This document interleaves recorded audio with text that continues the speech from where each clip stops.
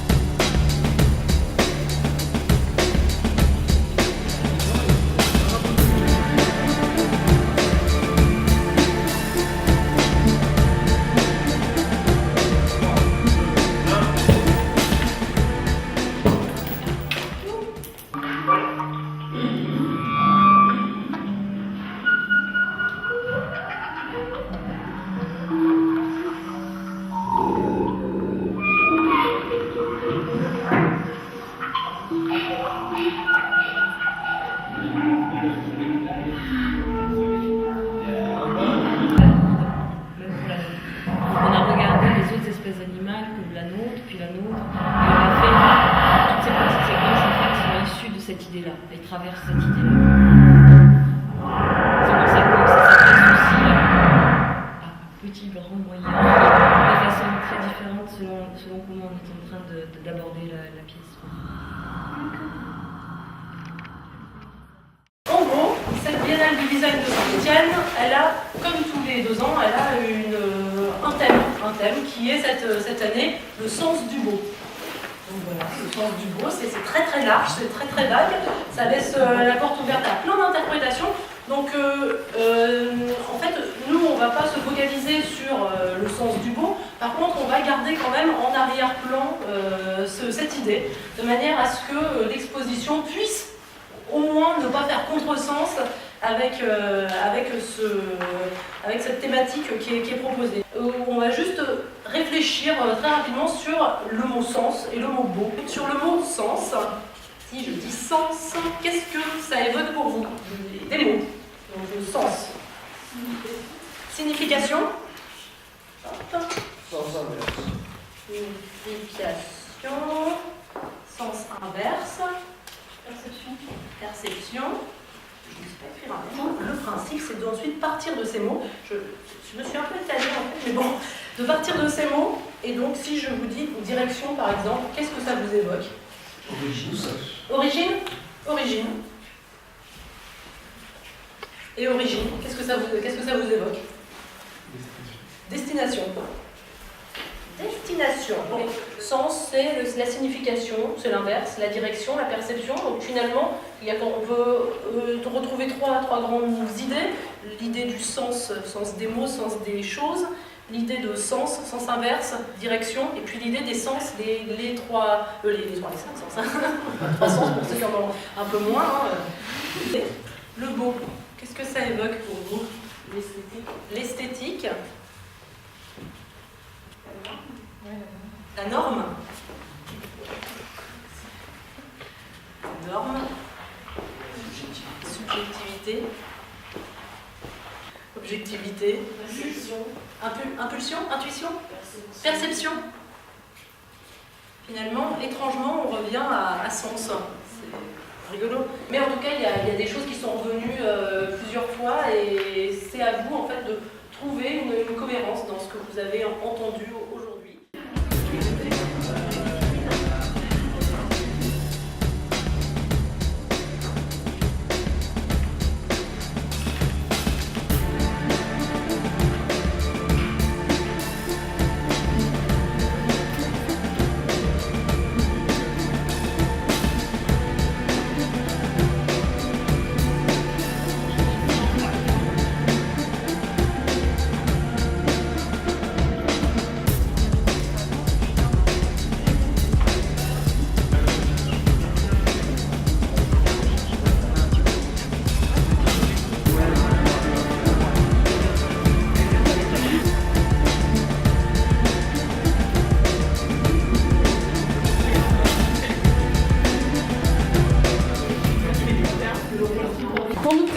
Présenter un peu nos points que nous avons trouvé importants, c'est de l'invisible au visible dans le beau harmonique. Donc c'est un peu philosophique. Et donc pour continuer dans la philosophie, on a un premier concept de simplexité qui à la base est cité par un chercheur qui s'appelle Hector Berlioz.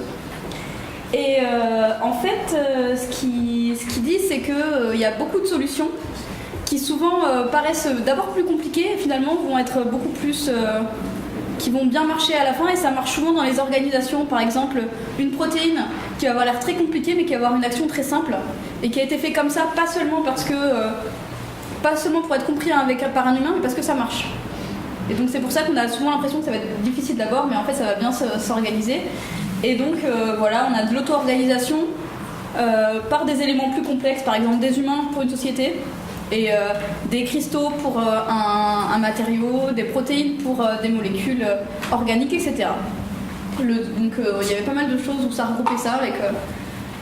Et le deuxième thème qu'on avait parlé, c'est interaction, avec un tiré au milieu, parce que c'est des actions entre différents niveaux des fois. Par exemple atomique pour les matériaux, pareil l'émergence en général, avec les différents réseaux, ça c'est des connexions entre différentes entités, donc c'est des interactions entre différentes personnes, donc verticales et horizontales, les passages à l'échelle d'un niveau à l'autre, les collaborations entre ces différents niveaux, différentes intentions qui vont se répercuter différemment selon le passage à l'échelle. Voilà.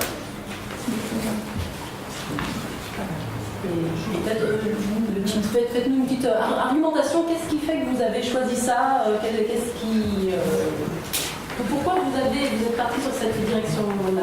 Donc vous voyez beaucoup de choses où ça avait des connexions et des organisations. Ça se retrouve assez en même temps, et donc on a trouvé que le mot interaction regroupait pas mal ça. Pareil aussi les géométries, les différentes géométries de réseaux, de cristaux, etc. Mais c'était pas forcément tout le temps symétrique, et des fois c'était très organisé sans forcément avoir une structure absolument mathématique. Et donc ça rejoignait aussi ça en tirant le fil, parce que ça a l'air un peu anarchique, et en fait ça l'est pas. Il y a des objectifs sur la plupart des choses, et donc du coup tout ça s'organise vers un but commun. Voilà. Ok, merci. Est-ce qu'il y a des questions, des réactions? Pas mieux. Non. Nous, on a plutôt fonctionné par mots-clés, quoi. On n'a pas vraiment réussi à synthétiser le tout et à faire des beaux groupes et des sous-groupes comme le groupe d'avant.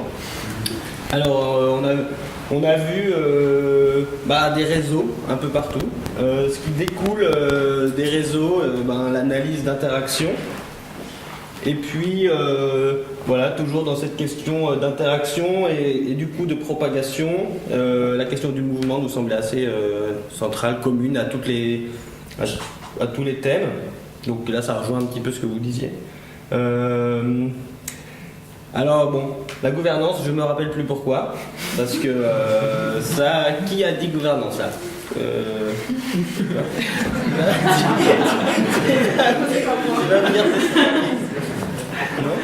Non, mais la gouvernance, c'était dans l'idée en fait de se dire que, dans l'idée de tous gouvernent, c'est vrai que c'est un peu bateau de dire ça, effectivement, ça coule de source, mais se dire en fait que tout ce qu'on a vu, il y a quand même une certaine organisation ou une auto-organisation, en fait, des molécules ou des matériaux ou des concepts.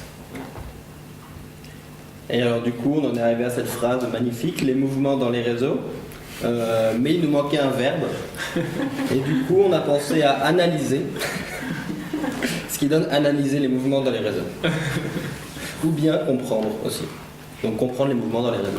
Mais non, voilà, c'est très brouillon, on n'a pas forcément... vraiment, le groupe d'avant, je crois, a mis la barre très haut. Non, pas du tout. Mais à mon avis, finalement, les thèmes qu'on a soulevés, ont l'air de se recouper un petit peu, quoi. Donc bon, alors globalement, on retrouve un peu les mêmes idées que ce qui a été vu juste précédemment. Juste une idée qui n'a pas encore été trop soulevée, c'est l'idée de création. Et justement, c'est ce qu'on a mis au début, c'est que on n'aime pas trop parler de création, qu'il y a quelque chose de mystique, quelque chose de quasi divin où on partirait de rien. Et c'est pour ça qu'on préfère le mot construction, puisque on cherche tous à construire, ça peut être des molécules, ça peut être des matériaux, ça peut être même des théories, mais on part tous d'antécédents. Et c'est quelque chose qui est assez important, et je pense que c'est une idée qu'on retrouve plus dans l'idée de construction, où on part d'éléments de base qu'on essaie justement d'organiser, qui est une idée aussi qu'on retrouve, plutôt que vraiment de partir de rien et de créer de façon totalement... mystique justement. Voilà, donc c'était aussi une idée peut-être à rajouter.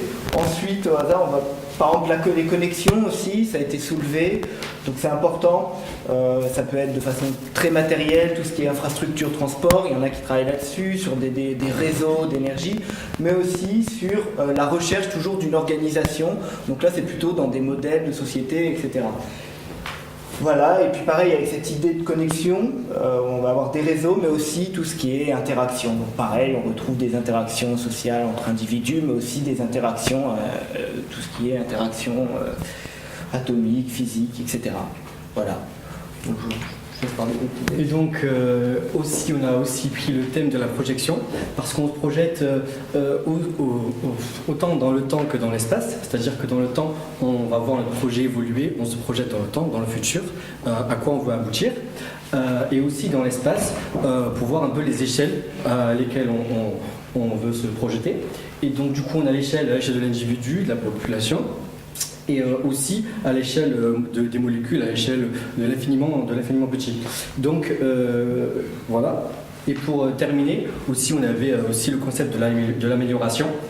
Donc on a dit les progrès, l'innovation et aussi pour tout ce qui est à peu près chimie, tout ça, améliorer ça, et pour aussi améliorer les conditions de vie pour tout ce qui est social. Et donc ici on a, pour ce concept là, on a dit que c'était pour ajouter quelque chose, et pour les conditions de vie que c'était corriger quelque chose. Donc on a bien remarqué que c'était différent, c'était deux axes différents. Donc voilà, à peu près nos quatre thèmes. J'espère que c'est bien précisé. C'est joli les couleurs et tout. Je vous remercie.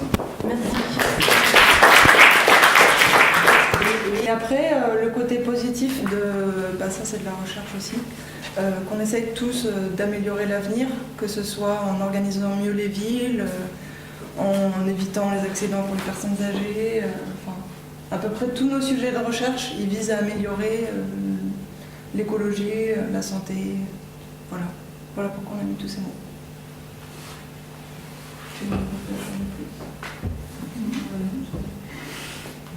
Si on trouvait marrant l'idée de tourner autour des sens. Oui. Pour C'est tous vrai. les sens, on peut tous On peut dire que les dans la rattraper, un sujet de recherche, soit la vue pour les billes, le goût pour cochonnerie qu'on va manger, qu'on essaie d'améliorer. Toutes ces choses-là qui peuvent être liées à l'essence, ça peut être.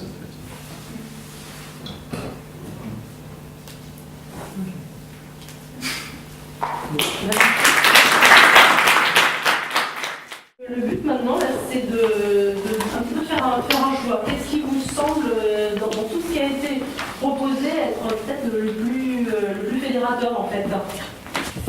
Si vous deviez faire une phrase qui réunit un petit peu tout ça. Interagir pour construire. Déconstruire les interactions. Déconstruire les interactions, pourquoi pas. Après, en tout cas, ce qui vous semble être pertinent, c'est l'idée d'interaction dans le but de construire quelque chose. C'est construire l'avenir. L'idée de progrès. L'idée de progrès, après, c'est quelque chose c'est un petit peu comme le beau, c'est quelque chose qu'il faut prendre avec des pincettes.